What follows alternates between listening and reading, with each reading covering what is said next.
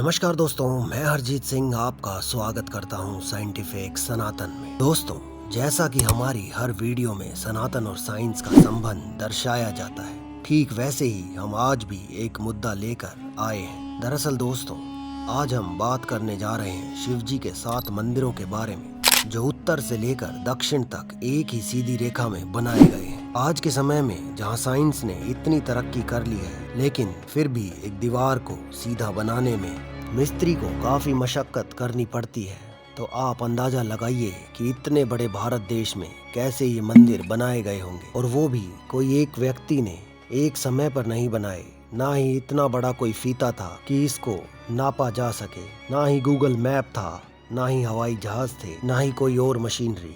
तो आइए दोस्तों, जानते हैं इन मंदिरों के बारे में, जो हमारे हिंदू ऋषि मुनियों के आध्यात्मिक ज्ञान और विज्ञान पर एक बार फिर से मोहर लगाती है। लेकिन दोस्तों, इससे पहले चैनल को सब्सक्राइब जरूर कर दीजिए, ताकि ऐसी ही धर्म की रोचक जानकारियां हम आपके लिए लेकर आते रहें।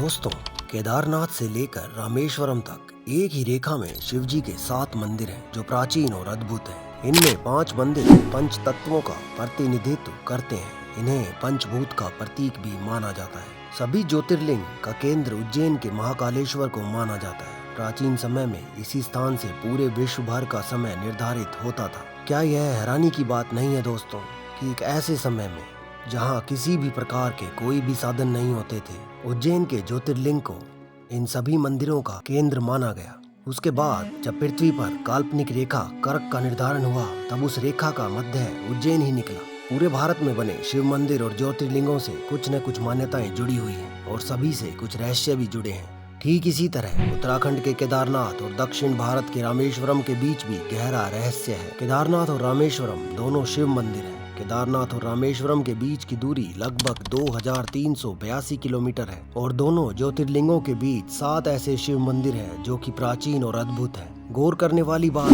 यह है दोस्तों, कि ये सभी 7 मंदिर एक ही सीधी रेखा में हैं। वहीं इनमें 5 ऐसे मंदिर हैं जिन्हें पंचभूत कहा जाता है, जो सृष्टि के 5 तत्वों जल, अग्नि, वायु, आकाश और धरती का प्रतिनिधित्व करते हैं। ये देशांतर रेखा, जिसको कि लॉन्गिट्यूड बोला जाता है, उसके 79 डिग्री पर मौजूद है। इन 7 शिव मंदिरों का एक ही सीधी रेखा में होना महज संयोग तो नहीं हो सकता, क्योंकि मंदिरों का निर्माण आज से लगभग 4000 साल पहले किया गया था। उस समय स्थान के अक्षांश और देशांतर को मापने के लिए कोई भी तकनीक मौजूद नहीं थी, और हिंदू धर्म का मजाक उड़ाने वाले लोगों के हिसाब से तो भारत बहुत ही पिछड़ा देश था। हिंदू तो बेवकूफ होते थे। तो क्या यह मंदिर उन लोगों के मुंह पर करारा तमाचा नहीं है? यह एक बहुत बड़ा सवाल है कि किस प्रकार से उस समय यौगिक गणनाएं की गई होंगी, जिसके आधार पर ये मंदिर बनाए गए। लॉन्गिट्यूड के अनुसार से सभी मंदिर एक ही कतार में हैं, लेकिन सभी मंदिरों की स्थापना अलग अलग काल में हुई है। ऐसे में यह कहना मुश्किल है कि क्या किसी विशेष विचार के साथ मंदिरों की स्थापना हुई होगी, या यह महज एक संयोग है। कारण जो भी कुछ रहा हो, लेकिन यह कहा जा सकता है कि जब इन मंदिरों की स्थापना की गई होगी, तब अक्षांश और देशांतर का ध्यान जरूर रखा गया होगा। इस बात से एक चीज की और भी पुष्टि हो जाती है कि हमारे ऋषि मुनि, हमारे मैथमेटिशियन इतने कुशल थे। उनके पास वैज्ञानिक ज्ञान तो था ही था, लेकिन आध्यात्मिक दृष्टि से भी वो बहुत ऊंची पहुंच वाले व्यक्ति रहे होंगे। इन मंदिरों की स्थापना न केवल अक्षांश और देशांतर, बल्कि वास्तु सिद्धांतों के अनुसार भी की गई है। एक ही रेखा में बने इन 7 शिव मंदिरों को शिव शक्ति अक्ष रेखा भी कहा जाता है। रेखा के एक छोर पर उत्तर में केदारनाथ और दक्षिण में रामेश्वरम ज्योतिर्लिंग है।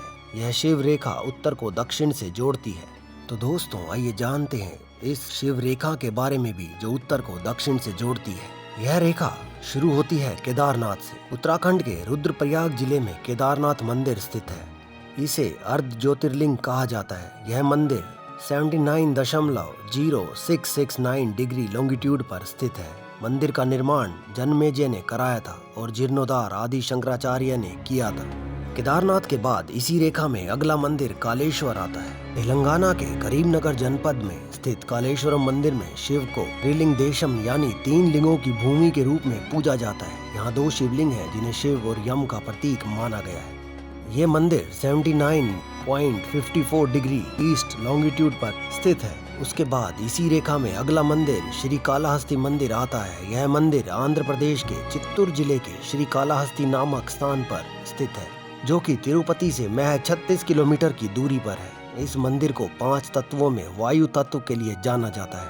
यह मंदिर 79.6983 डिग्री ईस्ट लॉन्गिट्यूड पर स्थित है। इसके बाद अगला मंदिर एकम्बरेश्वर मंदिर कहलाता है। इस मंदिर में शिव जी को धरती तत्व के रूप में पूजा जाता है। कहा जाता है कि इस शिव मंदिर को पल्लव राजाओं द्वारा बनवाया गया था, लेकिन बाद में चोल और विजयनगर के राजाओं ने इसमें सुधार किया। यह मंदिर 79.42 डिग्री 00 डिग्री ईस्ट लॉन्गिट्यूड पर स्थित है। इसके बाद अगला मंदिर अरुणाचल मंदिर है। इस मंदिर का निर्माण तमिल साम्राज्य के चोलवंशी राजाओं द्वारा करवाया गया था। यह मंदिर 79.0677 ईस्ट डिग्री लॉन्गिट्यूड पर स्थित है। इसके बाद इसी रेखा में अगला मंदिर श्री थिल्लई नटराज मंदिर आता है। तमिलनाडु के चिदम्बरम में यह मंदिर स्थित है, जिसको आकाश तत्व के लिए जाना जाता है। यहाँ भगवान शिव के नटराज रूप की पूजा की जाती है।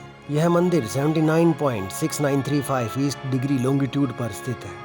इसके बाद शिव रेखा में अंतिम मंदिर रामनाथ स्वामी मंदिर कहलाता है, जो कि रामेश्वरम में स्थित है। ऐसा माना जाता है कि इस मंदिर में शिवलिंग की स्थापना भगवान श्री राम ने की थी। इसके बाद इस मंदिर की स्थापना पांडवों द्वारा की गई थी। यह सभी 12 ज्योतिर्लिंगों में से एक है। यह मंदिर 79.3174 ईस्ट डिग्री लॉन्गिट्यूड पर स्थित है। तो दोस्तों, आपने देखा कि ये सातों के सातों मंदिर ही 79 डिग्री ईस्ट लॉन्गिट्यूड पर स्थित है। एक ही डिग्री पर होना अपने आप में कोई चमत्कार से कम नहीं है। लेकिन अगर हम उन लोगों की मान ले जो कि चमत्कारों पर विश्वास नहीं करते, तो वो लोग साइंस पर तो विश्वास करते हैं। और अगर वो साइंस पर विश्वास करते हैं तो उनका इतना ही मानना कि यह साइंस से कम नहीं है हमारे काम को सिद्ध करता है। क्योंकि इस बात के जरिए ये लोग इस बात को तो मानते हैं कि हमारे ऋषि मुनि, हमारे गणितज्ञ कितनी ऊपर की सोच रखते थे कि उन्हें इन लॉन्गिट्यूड और लैटिट्यूड के बारे में भी पता था। तो दोस्तों, कैसा लगा आपको आज का ये वीडियो? कमेंट सेक्शन में अपने विचारों को हमारे साथ अवश्य शेयर करें। और अगर आपको वीडियो अच्छा लगा हो तो इसको अपने दोस्तों के साथ भी शेयर करना ना भूलें। देखते रहिए दोस्तों साइंटिफिक सनातन। धन्यवाद।